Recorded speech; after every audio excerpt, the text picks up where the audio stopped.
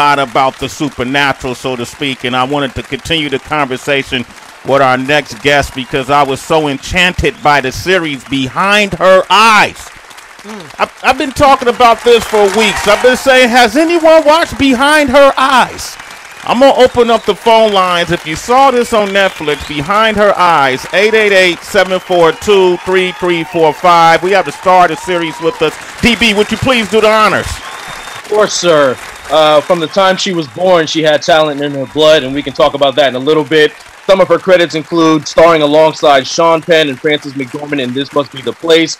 She worked with Steven Soderbergh on the series The Knick. We worked with Steven Spielberg in the film Bridge of Spies, along with Tom Hanks. You may remember we had Jamie Foxx and Taron Egerton on our show when they were promoting Robin Hood. Well, she played Maid Marian in that film. And now she's here to talk about her role as Adele in the new series Behind Her Eyes, available right now on Netflix. Please welcome Eve Hewson. Eve! So much fun. Hi, Hey! guys. Good morning. Grand risings to you, Eve. Yes. It's a pleasure to have you on the show. Big Thank fan you of. for having me. Absolutely, I love your story. She went to NYU.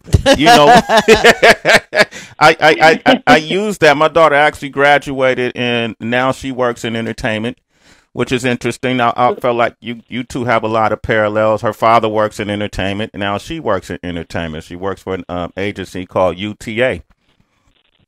Oh, really? Cool. UTA, I know them. Yeah, who reps you? Are you with an agency? I'm with WME. Okay, all right. That's William Morris. That's William Morris. Okay, that's insider talk, guys. That's insider talk. I'll get this out the way, Eve. You know, I work for MTV as well, so I've had a chance to interview your dad a couple of times. Yes. You know, and what an amazing man. When the No Line on the Horizon album came out, the group was doing the tour, the promo tour in the States, and so I had a talk with your dad and the rest of the group members from U2, and it went so well. He invited me to Boston, and they flew me to Boston. I don't know if I ever told this story. They flew me to Boston, and then I conducted a discussion with a whole crowd of people, and then he invited me to Ireland, Eve. It never happened. What? Well, if you had come, I would have known, because it would have been a lot of fun. It would have been But a lot of I would like to re-invite you. You are invited. You've got to come stay with the whole family. Okay, Eve. Don't just be saying that. I play this stuff back. I'll fly you to Boston. We can do an interview in Boston as well. Okay, that sounds great. Before we get into this series, because of the parallels, I was curious about you and your rise and you finding the field and you picking your passion and it being acting. How difficult or how easy has it been because of your lineage to really carve your own path? Was that important to you to make sure that you made your own mark and you wasn't just ushered in by your parents, or did you like that kind of nepotism? I like the kind of nepotism. You know, I mean, it would be a complete lie to say that it didn't help in a lot of ways. You know, as you pointed out, I went to Tisch, and there's so many great actors that I went to school with that had such a hard time finding an agent. You know, they've had such a hard time booking an audition, and you know, because there was interest in me because of my dad and everything, that was really easy for me to sort of get those connections. And I've had an agent since I was 17, so I knew how lucky I was when, you know, I had a call for, you know, a big audition. You know, it did get me in the door, but it's also a bit tricky to sort of, you know, it's harder for people to see you as an individual, and they do compare you a lot. And I think it's also strange because my dad, you know, has been in the business for like 30, 40 years, and he knows everybody, and so he knows a lot of Hollywood folk. And, you know, some people can't really, you know, disassociate that that's their friend's daughter. So, yeah, it's tricky, but I've mainly been blessed with it, I have to say.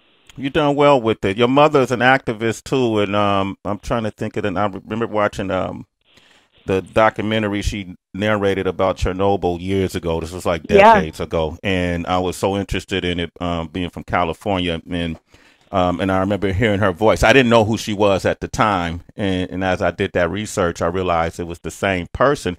And she's dedicated her life to humanitarian issues, activism. As you know, people have been wondering whether or not she's going to even run for office. What was her thoughts? I mean, did you ever decide what is your passions in terms of that realm? I mean, did your mother ever try to drive you into that direction, or have you ever had aspirations of going that route as well? Yeah, absolutely. I mean, it's something that just was a part of our life completely, you know. Like, I remember when my mom was going away to Chernobyl a lot, and you know, my parents going off to Africa and all of the things that they do there. We were always sort of like put in the back seat and brought with them. So it was just sort of just a part of my life, and I've just been around those conversations. I remember when my dad was just even dreaming up the idea of Red and One, and so that's just a natural thing that I think, you know, I'll definitely continue to be involved in. And my sister has a company. It's a tech startup. And she's heavily involved in activism.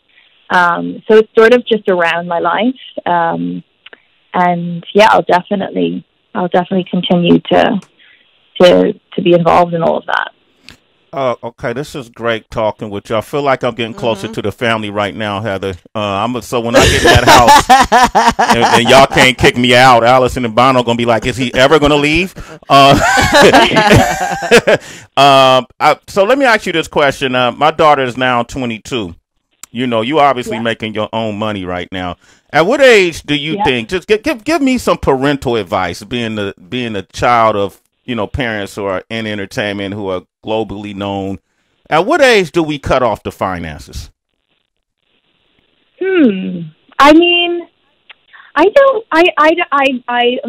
think I don't know. I don't want to have your daughter mad at me. It sounds like she's got a steady job, which is pretty amazing. I mean, the one thing, I've obviously never had to worry about that. I've been very fortunate that, you know, I'll always know my parents. If anything ever happens, my parents have my back. But there is a certain pride in making your own money, and I think that's really important for a young person to experience, especially if they grew up, you know, like your daughter has. I think there's, you know, it brings confidence.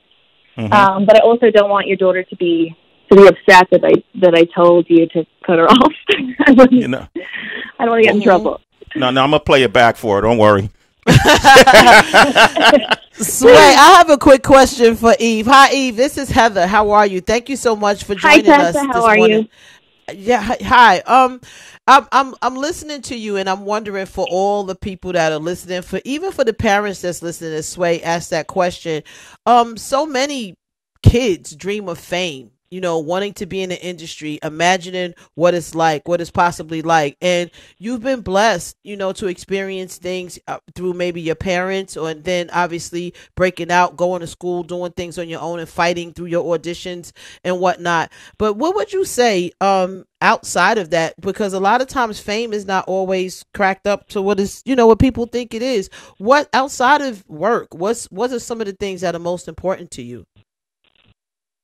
What are the things that are most important about a career like this, outside of, because so many times people focus on the fame aspect of things, but right. Outside of fame and your job and your career, what are some of the things that are most important to you? Or do you have hobbies outside of? Do you cook? Do you like to go hiking? Like, what are some of the things that are important to you? Maybe just chilling with your family. Yeah, I mean, I was lucky that I grew up in Dublin. Like, I grew up in Ireland, and Irish people really don't care about fame at all. So it was more like embarrassing that I had a famous dad than it was cool. It wasn't celebrated. Wow. So yeah. So I mean, one thing that my parents definitely taught me is, like, all of their friends that they came up with that, you know, work with them now on their tours, and part of their creative thing is, you know, they were all their friends from high school. Like, my parents met in high school. So they always sort of told us that, you know, friendships are so important, and to surround yourself with like a really good group of people. And so all of my friends are all my Irish friends from home, and that's the kind of the one thing that makes me feel sane when you can be in a business like this that can be quite superficial. My Irish friends will always sort of keep me grounded, or they'll try to. But I think that's important. Like the people that are around you, it's like that's the most important thing. So if that's the mentality in Ireland, how did Conor McGregor become so? He's like the spokesperson for over there now. How does a person like that exist at home? Do they turn it down when they come home? Yeah, I don't know. I haven't met Conor McGregor. I think he might have some extracurricular activities that like I wouldn't approve of. I don't really know what's going on with Conor McGregor, but that's a whole. I think he's like an anomaly. You know what I mean? He's his own species. Okay, cool, man. Hey, Eve Hewson is here, man. Round of applause, man. We really brought you to talk about Behind Her Eyes, but I find your life in you. I find you extremely interesting. This conversation could go a long way. Right. But DB, he's our movie junkie. He's like, this dude loves and analyzes movies and dissects them. DB, you want to jump in? Yeah, so Eve, this series obviously is based on the book of the same name, and a lot of times when you have an adaptation of a novel, it can go either way. Sometimes they want you to read the source material, or sometimes they leave it up to the actors to sort of develop their own portrayal of the characters. What was it on Behind Her Eyes? Like, what was the process? Did they ask you to read the book, or were you kind of left to make up your own mind about that? I had a really interesting way of getting to know this story. I mean, the main thing about this story is what everyone talks about is the twist. And I was actually shooting a different movie, and they sent me the audition, and I didn't have any time to do it. And so I ended up having to do it in the middle of the night. And I didn't read the scripts. They sent me all 6 scripts, and I only read the first one. So I had no idea what story we were telling or the character that I was playing.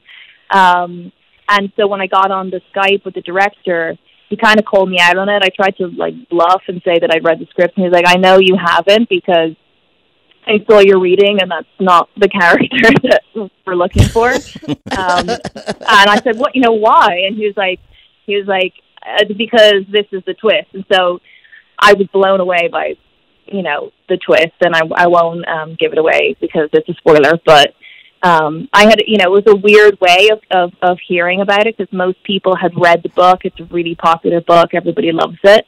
So I had to learn through Skype, basically, and then I went back once I got the job and read the book, and it's so good. It's so thrilling. I highly, highly suggest it. You'll burn through it.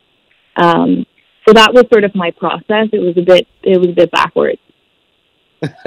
If you don't mind, I just have one more question, because you mentioned auditioning via Skype, and I have some friends who are actors, and ever since everything shut down over the past year, pretty much all the auditions had to happen via Zoom, or people had to submit videos, and that can be tough when you're not in front of a casting agent or the director, and they can actually see your movements and read your physical appearance and that sort of thing. Do you have any tips for people who may find it a little difficult with recording their auditions to send them in? Like, do you have any sort of, I don't know, maybe tips on how to stand out on a videotape? Yeah, I mean, I do best actually on tape, and I just learned if you go back and watch a performance, you can kind of edit it, and at least the performance that you're sending off. So I would say take time with it and go back, watch your takes, see what works, see what doesn't, and especially the Zoom stuff, I've had such a hard time with that, but I've sort of practiced the day before. I film myself doing it, and then I watch it over, and so that if anything happens, with any glitches on the computer or the Wi-Fi goes out, at least I know where to look and, how to play it, because when you're acting with a computer, I mean, it's impossible. Basically not acting. So yeah, I would say just practice beforehand a lot. Okay. Eve Hewson is here, man. Round of applause for her. Practice a lot, huh? Behind Her Eyes. Now, you don't want to give away the plot twist, but it is on Netflix, right?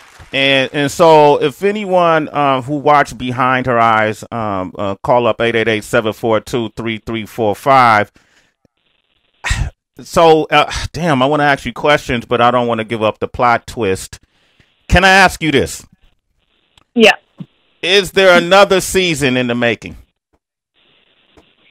Not that I know of. Not that I know of. I mean, we told the story of the book, so there could potentially be a season 2. But I think Sarah Pinborough, the woman who wrote the book, she would have to be involved. She would have to be the one who's dreaming up the sort of a new take. I haven't heard of that, but I have heard of the demand, and I like the idea. Yeah, but the way it ended, it was like, I was ready for season 2. I'll start looking for the second book. I just think it's such an intriguing plot twist to it, and it's kind of along the themes of a few things that we would talk about. So I don't want to give up the plot twist, but you will never guess it. How about that? Throughout the whole series, you will never guess this twist. No one has guessed it. Yes, and then we got Kevin on the line from Chicago who actually watched it. What's up, Kev? Grand Risings, Kev. Hey, how y'all doing this morning? No spoilers, Kev. Kev, don't give it up, okay, Kev? No, I'm not going to give it up, but I'll tell you this much here. I'm usually good with predicting endings on movies, but this one here, it twisted my mind up. So, great writing, great movie, and I am looking for season 2. Absolutely. We didn't get enough, huh, Kev? Yeah, that's a great series. Yes, it is. Absolutely. There's some great acting in there too. Louise Barnsley. Do you guys stay? Thank you, Kev. By the way, you're a citizen, Kev. Okay, thank you. All right. Did you stay in contact with any of these actors, Eve? Yeah, I do. Like all of them. I loved working on this show just because, you know, usually in movies there's like a bunch of dudes in the cast and then one girl who plays the love interest. And so I've spent a lot of time being the only girl like on set with a bunch of old men. And so this was the first time I'd had people like really my age. There was me, Simona, Tom, and Rob, and we're all the same age. It kind of felt like I was like back at school or something. But yeah, we all stay in touch. It's really nice. Well, let's talk about those old men. Like you've worked with Sean Penn, Tom Hanks. No offense to the old men, they're pretty good. Pretty good. Steven Spielberg. You know, those old men just keep getting in the way. But you make a point about, you know, being surrounded by a bunch of men. And I read at one point you were really considering quitting the energy for that reason, because of it being male dominated. Is that true? Yeah, I just kind of had a bit of an existential crisis. You know, I got into acting when I was a teenager, and, you know, I was still a girl, and then I sort of grew up and had all these different experiences on sets, and I just started to get bored or tired of, you know, the same kind of character coming up in every movie, and, you know, sort of the girl that's there to look good for the men or to please a male audience. And I really was sort of tired of that. And yeah, I like to joke that I'm going into early retirement a lot, but this time I kind of meant it. And then Me Too came around. I mean, not to get like too heavy, I know it's a morning show over there, but no, it's okay. Me Too came around and things kind of changed, and you know, all these new roles came out for women. They started putting women as in the center of the stories and making them really interesting, nuanced, dynamic, you know, characters. And I've seen, you know, it's been like night and day.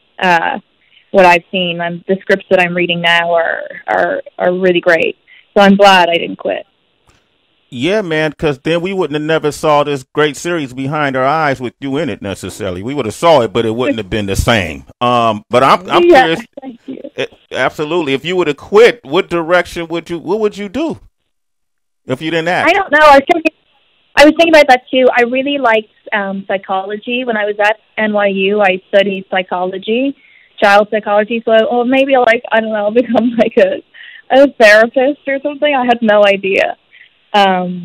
But yeah, I think acting is where I'm supposed to be. Okay. I love it, man. Eve Hewson, ladies and gentlemen. Give a big round of applause again. Eve. Yeah. Thank you for joining us this morning. We just want to have a conversation with you and talk about Behind Her Eyes and just set it up so when the buildings open up again and you in New, I don't know if you're in New York now, but you could come up to Sirius XM in person and hang out with us. I would love that. I would love to meet you all in person. That would be fun. And you're still invited to Dublin. Okay, did y'all hear that? You hear that? We heard it, Sway. Okay, we headed to Dublin. Sway in the morning, headed to Dublin. Go.